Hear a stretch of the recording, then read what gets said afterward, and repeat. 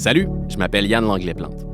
Aujourd'hui, Sous le bouchon vous propose un regard sur un métier important à la SAQ, soit celui de conseiller ou conseillère en vin. Ce sont nos spécialistes des vins et des spiritueux, ceux et celles qui vous aident à choisir la bonne bouteille. Ce sont eux aussi, évidemment, des experts du service à la clientèle. Leur expertise et leurs connaissances, qu'ils se font un devoir de tenir à jour, sont à votre service. Mais ce n'est pas tout. Ces experts produits s'occupent aussi de former les équipes en succursale pour que toute l'expérience client soit toujours à la hauteur. Au-delà de tout ça, nos conseillers et conseillères ont leur personnalité. C'est leur passion qui donne la couleur à une succursale, à sa manière de servir le client. Échange aujourd'hui avec Marika Milot et Marie-Ève Côté. Les deux font ça dans la vie, être au service de notre clientèle et s'assurer que l'expérience en magasin soit des plus agréables. Elles sont toutes les deux conseillères en vin et passionnées par leur métier. Vous écoutez Sous le bouchon, épisode 29, Métier SAQ, conseillère en vin.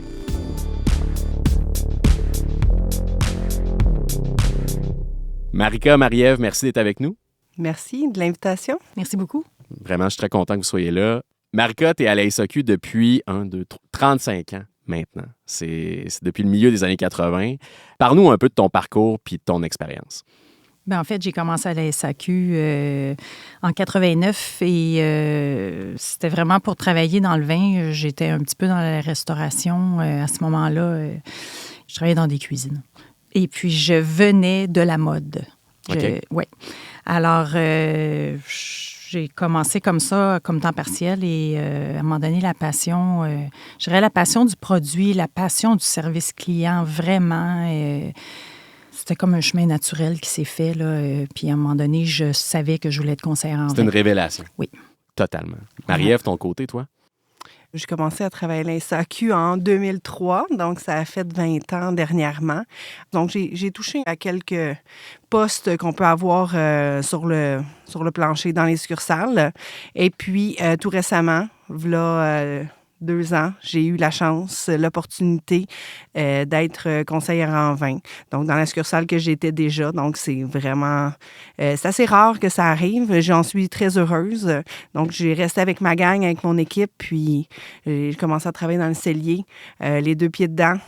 J'ai adoré ça. Tu étais à Sainte-Agathe-des-Monts, je pense. Sainte-Agathe, oui, Sainte-Agathe-des-Monts. Puis Marika, comment tu es devenue conseillère en vin? Est-ce que tu es rentrée à la SAQ en 89 en étant conseillère en vin? Non, on rentre comme temps partiel. C'est le chemin normal, classique. Je suis devenue régulière en, je crois, 2000 et j'ai été nommée en 2004 comme conseillère en vin, un poste qui s'ouvrait à Saint-Sauveur. Mais c'était ma succursale dans laquelle j'avais commencé. J'ai travaillé pratiquement, sur 35 ans, j'ai travaillé 33 ans à Saint-Sauveur dans la succursale. OK, quand même, hein? Ouais. Une belle stabilité. Oui. Marika, tu as vu le client évoluer comment depuis les 35 dernières années? Puis tu as vu aussi la SAQ évoluer. La SAQ de 1989, c'est pas la SAQ de 2024. Quelle observation tu fais de cette évolution-là? Bien, en fait, moi, j'ai connu les succursales de la SAQ au moment où acheter de l'alcool à crédit était illégal. Wow. Il a fallu que je change les lois pour en venir à pouvoir acheter sur crédit. Alors, ça a vraiment changé la donne. C'est comme si le produit était passé d'un produit caché, un peu tabou, d'un là. tabou. À l'époque, on ne voyait pas à la télévision des émissions, des films, où quand ils partageaient entre amis ou entre familles, il n'y avait pas de vin sur la table. Mais maintenant, ça n'existerait plus dans toutes les émissions, dans tous les...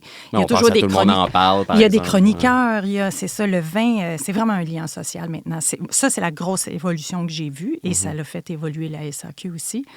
Et pour les clients, bien ça aussi, tout le côté épicurien et tout le côté... ça l'a...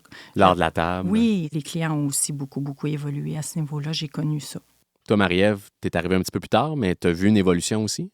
Moi, j'ai vu l'évolution, mais plus dans un parcours personnel. Là. Je me rappelle mes parents, c'était quoi le vin quand on était jeune versus c'est quoi le vin aujourd'hui.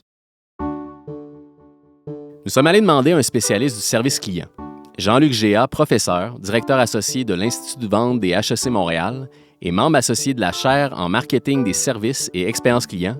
Qu'est-ce que c'est, selon lui, un excellent service à la clientèle? Un excellent service à la clientèle, on peut le déterminer par le fait de dépasser les attentes du client.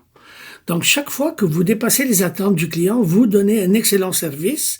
Maintenant, ça se définit comment, si on veut aller plus en détail, si on regarde dans le cas de la SAQ, qu'est-ce que le client il veut? Il veut avoir accès à beaucoup de produits, il veut avoir des informations, il veut, s'il vient en magasin ou s'il est sur le site web, avoir une réponse rapide, avoir une information le plus transparente possible, pouvoir sélectionner ses produits, passer à la caisse rapidement et quitter. De mon expérience personnelle, oui, la SAQ donne un bon service à la clientèle. Vous deux, vous faites du service client à tous les jours. Qu'est-ce qui vous allume là-dedans? Qu'est-ce que vous aimez dans le service client? Je commencerai par toi, Marie-Ève. Le service client, c'est de partager des moments avec les clients, d'échanger avec eux, de partager des passions des fois, de partager aussi leurs moments de vie. Ils viennent vers nous pour pratiquement 95% des événements heureux. On fait partie de leur mariage, on fait partie de leur célébration, on fait partie de leur souper d'amoureux, on fait partie de leur fin de semaine entre filles. Ce partage-là avec le client qui est intéressant. On échange, on tisse des liens, de les voir partir avec le sourire sur deux, ils veulent épater des amis des fois. Et puis après ça, ils nous reviennent. Le feedback des clients est super important. Oui, puis t'espères qu'ils reviennent avec le sourire aussi. Là. Oui, tout à fait. Sourire, mais qu'ils reviennent avec le sourire. La majorité du temps, ça s'est bien passé. Ouais, sinon, ben, on s'ajuste. Hein? Ouais. Puis toi, Marika, qu'est-ce qui t'allume là-dedans? Moi, je dirais à peu près les mêmes choses. J'aime beaucoup qu'ils passent un bon moment en succursale, que ça leur donne envie de revenir dans ma succursale, puis qu'on développe une relation qui fait que je suis leur conseillère en vin. Leur ressource. Oui. Oui, tout à fait. Oui, ça, c'est le fun.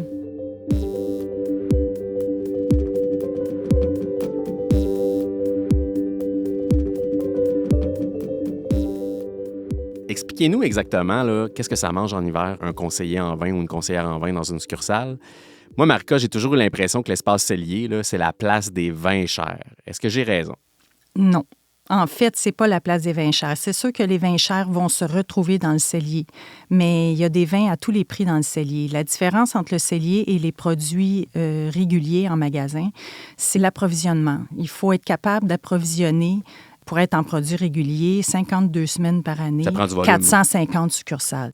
Alors, c'est sûr que tous les autres qui n'ont pas cette capacité-là vont se retrouver du côté cellier.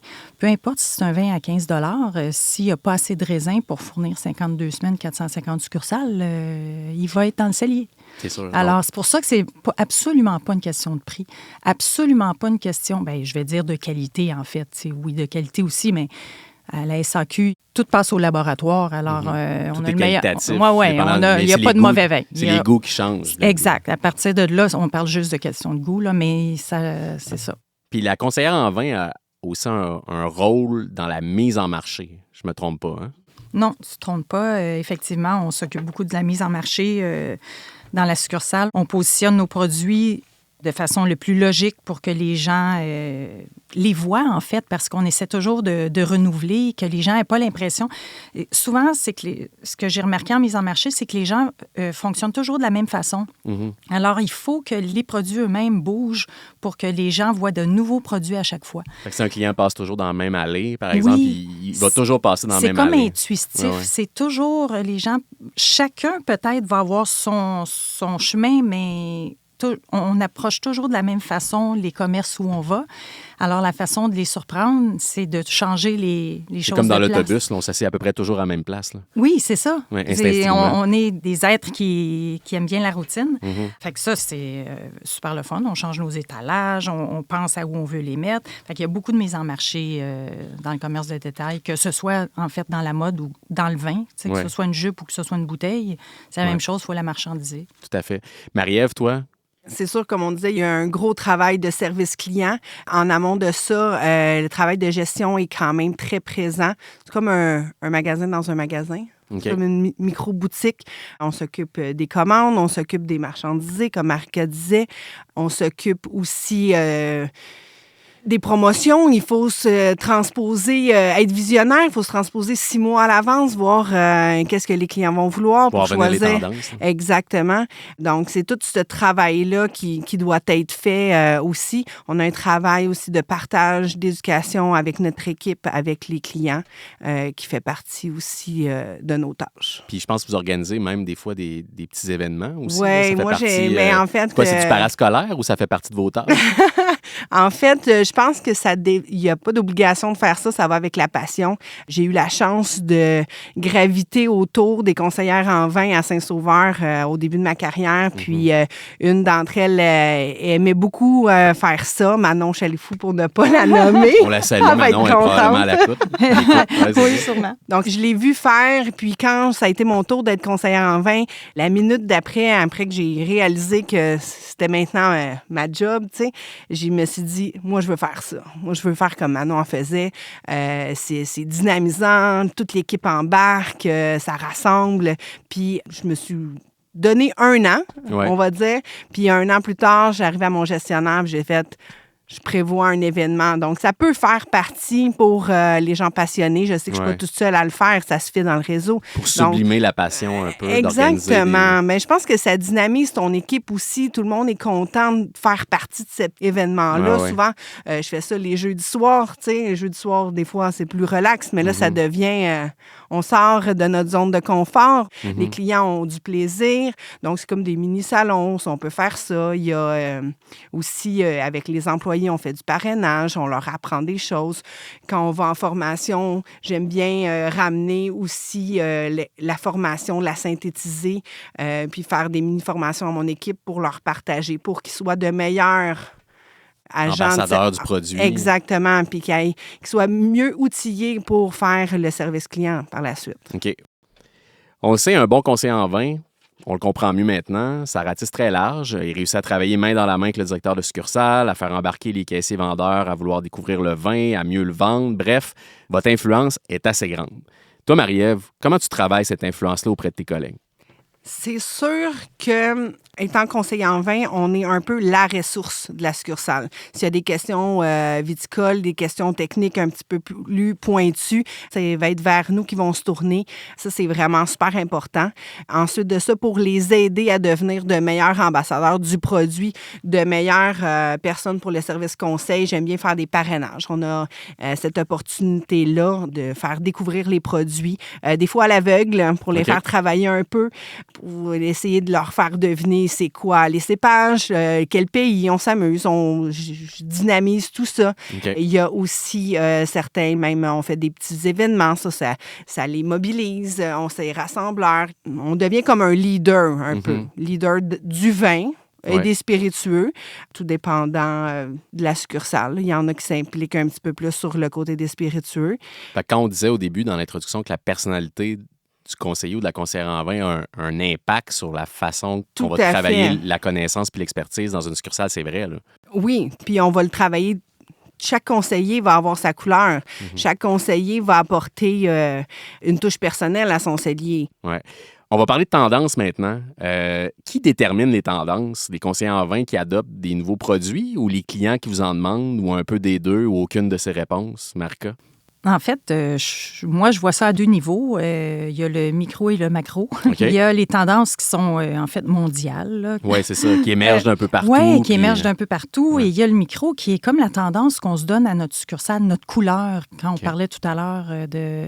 La personnalité. Oui. Ouais. Alors, le conseiller en vin, forcément, donne sa couleur au cellier.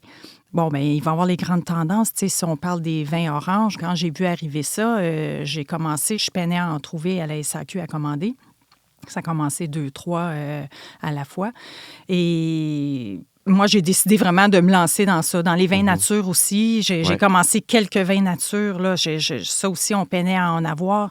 Puis j'ai commencé ça, un petit bout de table. On a toujours une table des conseillers qui sont les coups de cœur. Un petit bout de table, 2-3 produits. Tranquillement. Puis, c'est ça, tranquillement. J'ai amené ma clientèle ici, mais c'est que ça l'a attiré d'autres clients aussi parce qu'ils savaient que j'essayais de tenir ce qu'il y avait. Alors, c'est un peu comme ça dans ma succursale où j'ai pu amener ça. Je me rappelle quand il y a eu les spiritueux, quand le Québec a commencé à faire des spiritueux, on en avait 3. Ah oui. Et j'avais demandé à mon directeur de secteur, c'est il y a 10-12 ans, est-ce que tu me permets d'ouvrir ces bouteilles-là pour les faire découvrir à nos clients? Là, je vous écoute parler. Il y a la couleur, la personnalité, vous avez vos techniques, vos petits trucs à vous. Vous êtes les 2 des Laurentides, une à Sainte-Agathe-des-Monts, Marie-Ève, l'autre dans Saint-Sauveur.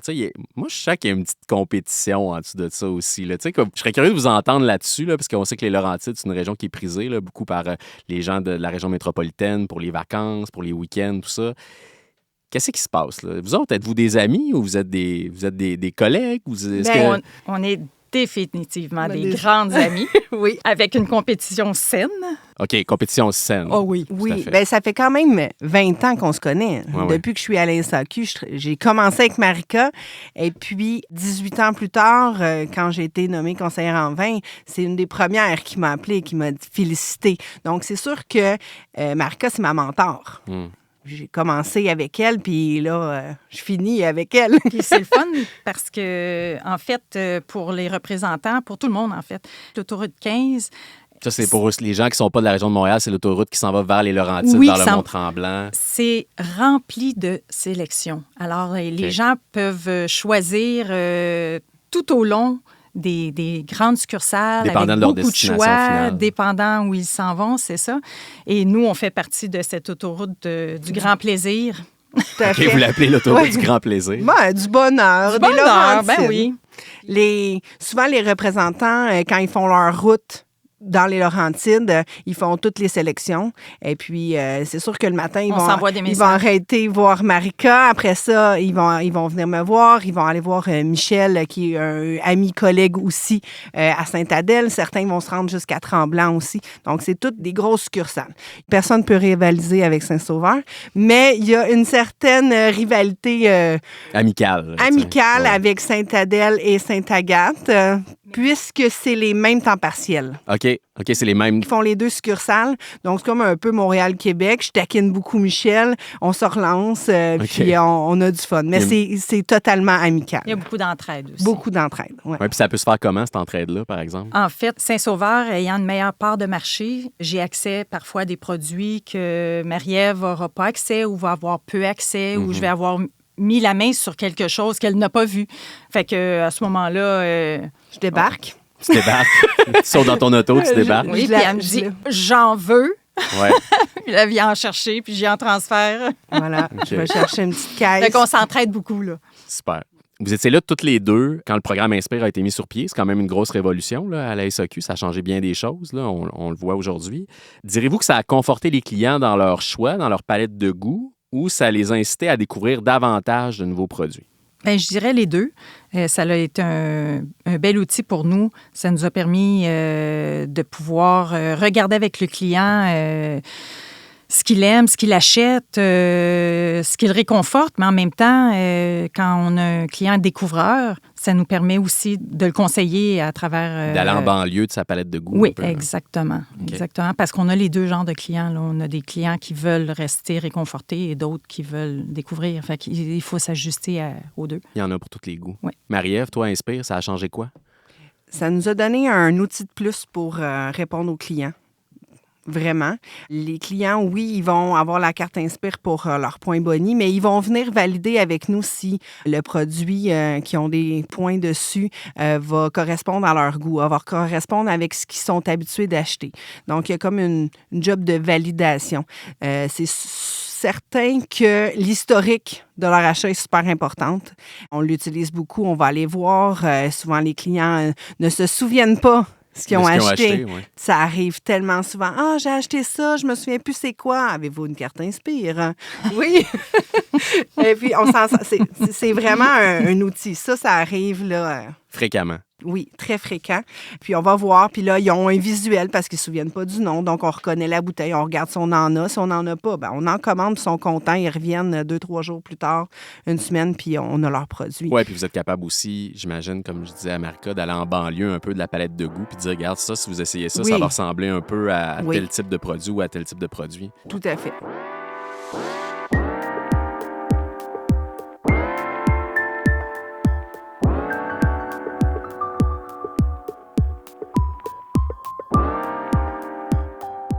Vous qui êtes si serré avec les clients, on le disait, là, vous développez des liens très étroits, là, que ce soit à Saint-Sauveur ou à Sainte-Agathe-des-Monts, ou même dans tout le réseau, nos conseillers en vin créent des liens très, très forts avec les clients.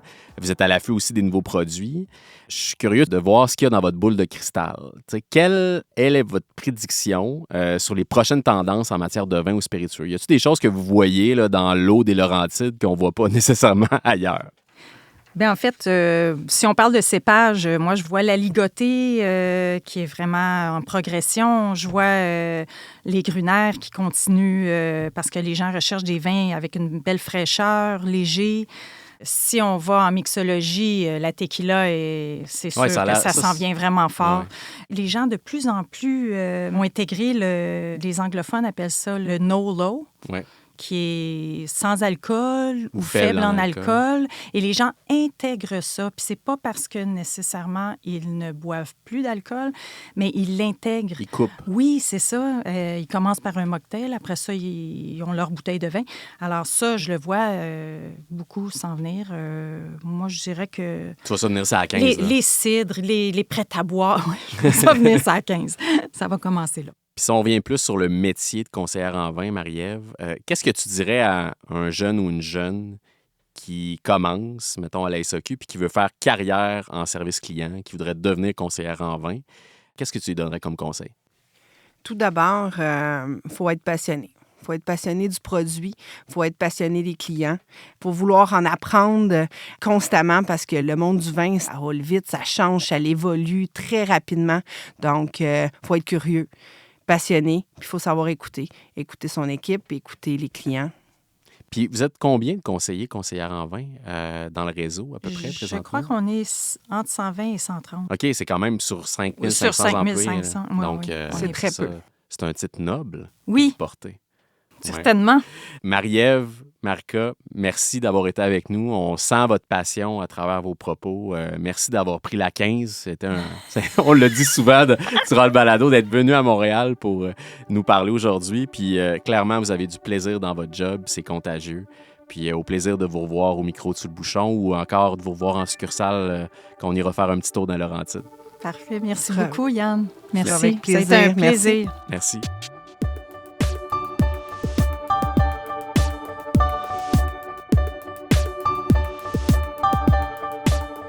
Le balado Sous le Bouchon est une production de la SAQ en collaboration avec Magnéto. Idée originale, l'équipe des affaires publiques et communication de la SAQ. Réalisation, Marie-Claude Nantel. Prise de son, montage, mixage et musique, Antonin Viss. Un merci à Marie-Claude Nantel et Amélie Asselin pour le contenu de cet épisode.